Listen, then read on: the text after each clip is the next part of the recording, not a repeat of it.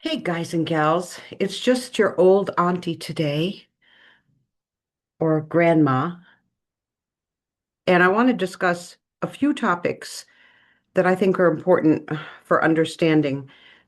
Now, long ago, when we restarted the Facebook group and we're having conversations, you might have heard that I didn't agree with the term genocide being used, and I hope I don't have coughing fits.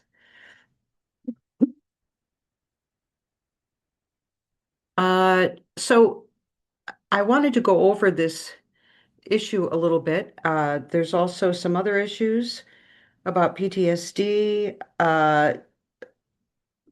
and this new term for what's happening in South Africa, and a phone call I just had. And then at the end, we'll talk about your friend a little bit.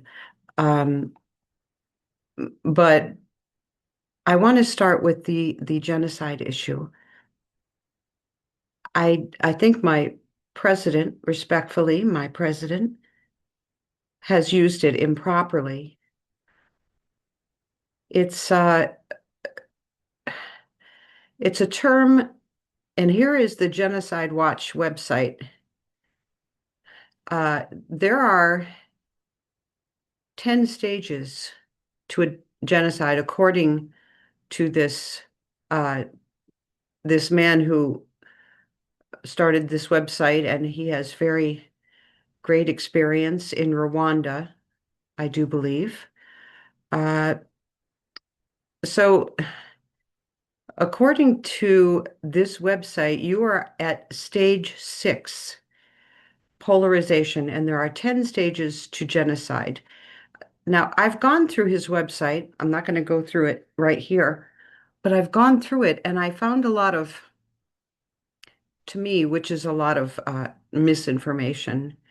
The targeted group are African immigrants. Yes, we know that from other parts of Africa, and white farmers. We know that it's not just white farmers who are targeted, but it is all white people, and it's the Indians and possibly the mixed race people. But the perpetrators, I'm not sure about this perpetrators either. Alert status watch. So there are 10 stages and you're on stage 6. And the point is that there is logic to all of these 10 stages. I've, of course, read the whole thing. Uh, I have a little problem with some of it, but it's all very logical, actually. And I think it's good. It's very good. It's developing in 10 stages.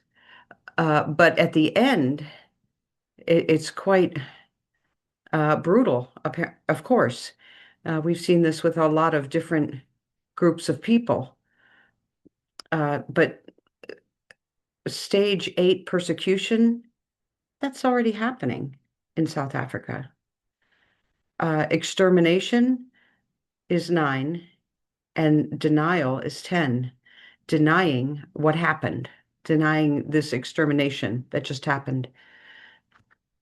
Uh, I'm just not too happy with a lot of the things put out by this genocide watch. I don't call it a genocide because I think of genocide as a time when there are bodies piled up in the streets and people are celebrating about it, and the government is silent. The government does nothing. That's that's my take on it. Let me stop sharing that and go to the other page that I was looking at. Okay. Um, so I would like to call this something else. That's what's happening right now in South Africa. I'd like to call it uh, racial cleansing, either racial cleansing, or I have a three-word term, which is a slow racial deletion. But I just don't think there's a term for what's happening there. It's not like you can say a genocide has happened because you haven't been all through every stage to the end. So it's a very triggering term. The liberals and the liberal media use this term to discredit you, to say that there's nothing for you to complain about. This is, of course, ridiculous. Um, Meanwhile, they won't acknowledge what has actually happened. So that's why I don't like that term. And Mr. Stanton did start this website in the 90s, I believe. And the term genocide was coined by a Polish Jewish lawyer in 1944. I'll show it to you.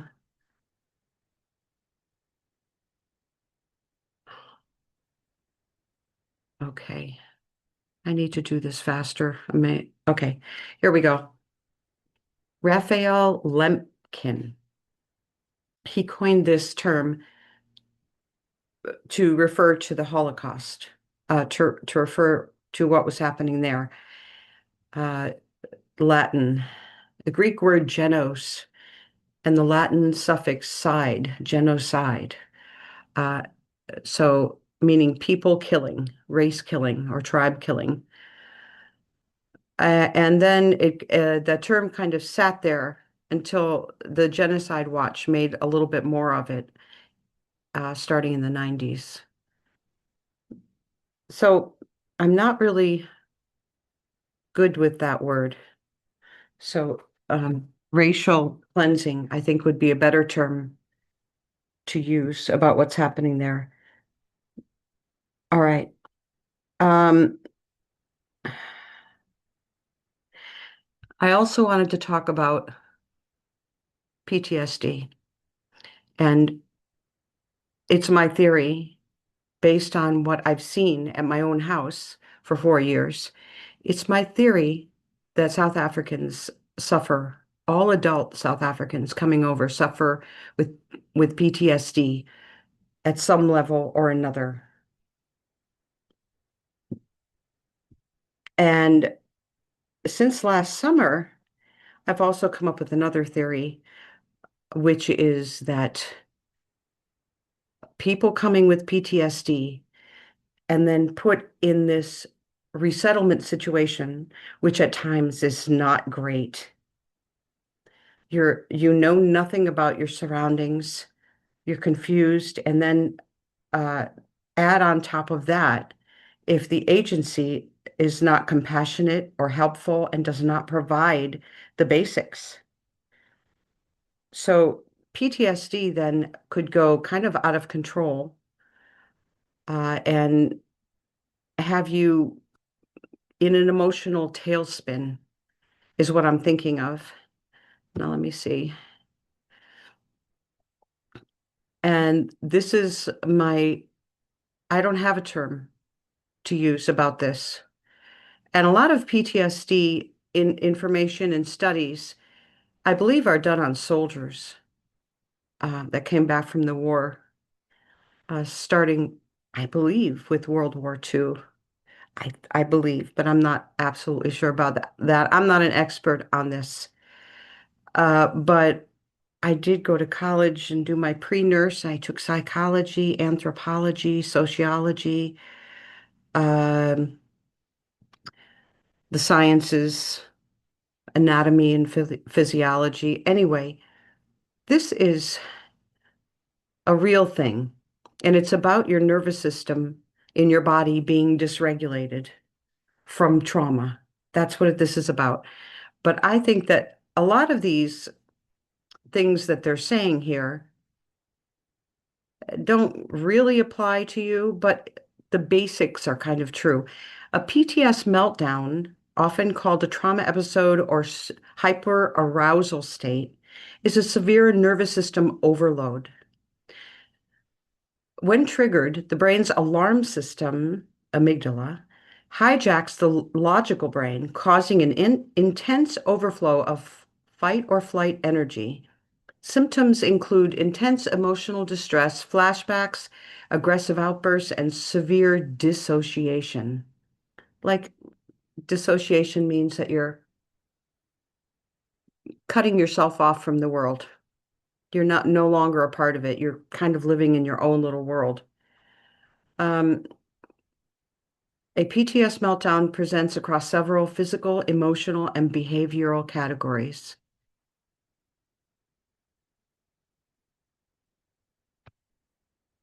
I don't know if this any of this applies, but this is what they're saying could happen when you have this kind of emotional meltdown from other things, and you already have PTSD. So I'm just concerned. I don't think I think understanding is in order here, and just handling the the situation and getting help, getting someone else to step forward and take care of business when you come. And if anyone has this kind of meltdown, someone else needs to step up and take care of it and do the emails, write the emails to the agency, try to get things done, try to get the proper uh, things that you need to survive. If you're trying to uh, survive in this first bit of resettlement, you've got to gather your resources together, and everyone's got to pitch in and kind of make it work. And if someone who's usually the leader, the person who deals with things, if they have this kind of meltdown, it's not your fault. This is hard. Someone else must take over. Someone else must help. You must reach out for help. Now, I don't think that this is an excuse to give up or not do things properly, not fight properly to get proper things. And I hope all of you have a beautiful resettlement. I want you to have those things that you need to go on. I want you to be helped nicely and then get yourself independent. But, this is not an easy journey. This is not an easy trip over here, leaving behind everything you knew, whether it was comfortable or not, and then landing in this strange place where you don't know how it works. You don't know who's around you. Uh, this is this is hard stuff. Okay. So, hi. So then I just wanted to say, yeah, I think this is happening. I'm pretty sure this is happening. And you just need to watch out for yourself, take care of yourself, get your resources in order, whoever can help you take care of business, make things better. That's all I can say. Until your life gets on an even keel, you're supporting yourself and you can work on the healing aspect of things for your PTSD. And I don't believe in psychology. I took psychology in college, but I have since disavowed this whole psychology thing. It just gives us terms to represent behaviors and problems, but it doesn't cure anyone. Um, so, all right, what next? So I just had a phone call with a collection agency who is bothering a refugee and asking them, well, telling them that they owe $10,000 for leaving their rental that the refugee agency put them in Flint, Michigan. So uh, I said, the problem is that the rental they put them in, first of all, it was a one-bedroom apartment in a totally empty little apartment block that we've since found out was an actual slum in previous, but they've been renovating it. but it was a very lonely place. It was very far away from everything. When you've got to walk miles to get on a bus or miles to go to a store, that's that's not on. Okay. So and at one point the heat wasn't working and this the poor refugee was freezing to death over there. There was ice in the toilet. Uh, this situation was not good. Now I know there are other refugees there in this apartment block that are looking to leave. But the problem is she was pressured to sign a lease for this apartment, pressured. And that's hard to deal with when you're pressured and you don't know what's going on, what anything is. Uh, and so she signed the lease, and that is a legal agreement. But the fact is that the Refugee Resettlement Agency did not put her in a safe, satisfactory place. And that is the reason for breaking the lease to begin with. You can also speak to the landlord and just explain things, and they will usually let you out of the lease. Oh, apartment buildings that are run by corporations, forget about that. That will not happen. I'm talking smaller setups where you can get to the owner and speak to the owner. But this apartment building was owned by a friend of the refugee resettlement caseworker, a friend or a relative. And what the refugee was being charged for a one-bedroom apartment was more than what we just saw on a Zillow listing, Zillow, for a two-bedroom apartment in that same apartment block at that address. So now we know that there's fraud going on.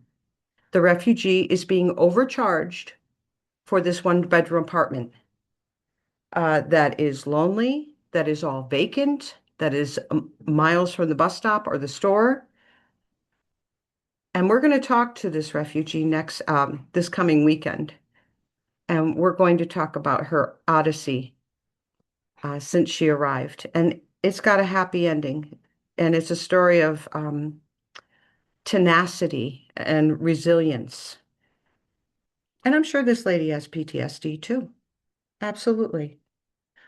Okay. The last thing I would like to talk about, oh, the collection agency call. So I didn't finish that. So I spoke to the collection agency. I told them I was representing and advocating for this refugee. And I told them that it just wasn't going to work. Them calling her every day, harassing her. I said, you have got to stop calling her. And there's fraud going on here. Do you know this? And we also have an immigration attorney involved. Uh, they might hit them with some kind of order, but I think I've already taken care of it because he said he took her number off the call list and he asked me to write an email to confirm the facts in this case. So that's done, taken care of. Now, just let me reiterate that you signing a lease, that is a legal document. And they can try to hold you to this 6 month or year lease if you suddenly want to leave. You have a job somewhere else, you want to go somewhere else. Well, they can try, but usually that doesn't work that way in the United States. You just leave, you break your lease, you go where you want to go, and they make a mark against your credit. And when it's a private landlord, they usually don't bother to make a mark against your credit. But you can probably get out of a lease with a private landlord who owns the property you're living in by just talking to him like a human being because they are a human being and they will understand.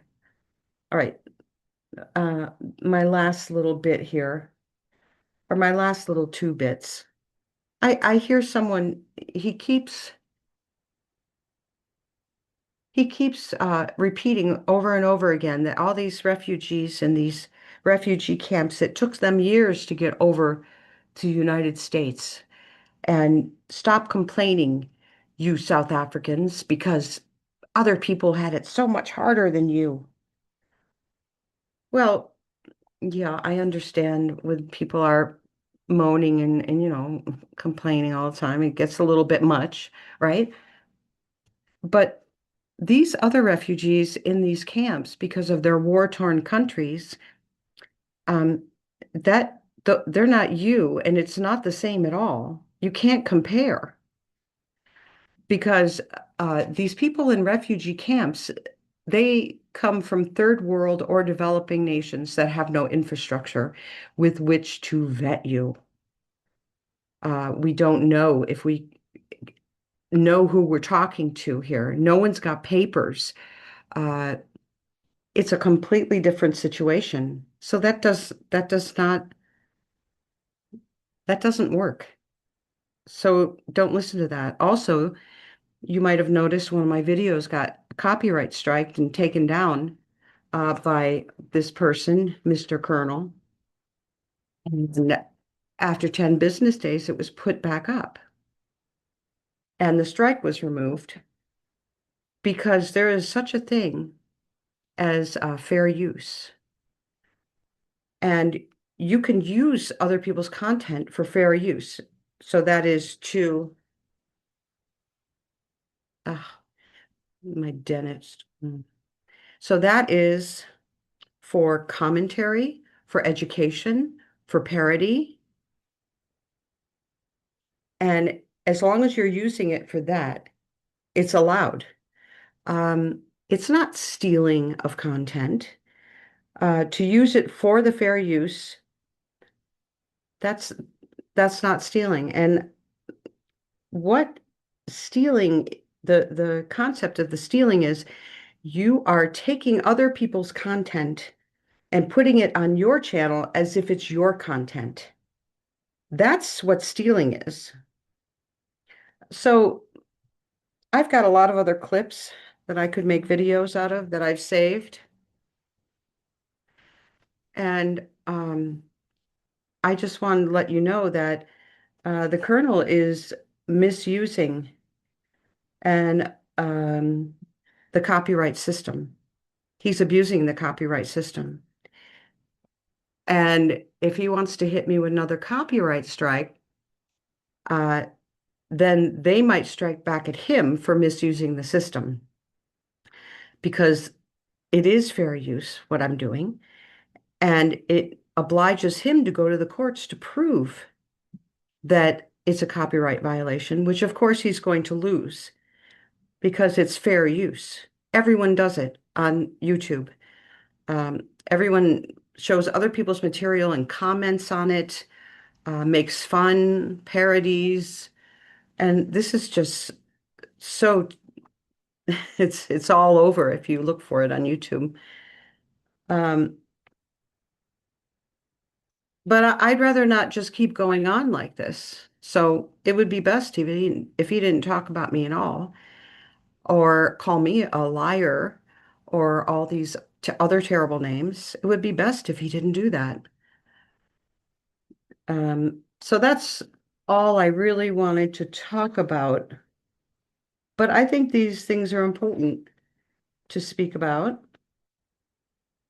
Um, I don't know who could be listening. And your situation in South Africa, it's very complicated what you are living back there. And I'm not sure if these agencies understand what you've been through and the amount of PTSD you have and the issues you have and what you've had to do to survive back there and how you're kind of broken and you've got to rebuild. And anyway, I hope this was helpful to whoever's listening, and I will talk to you soon.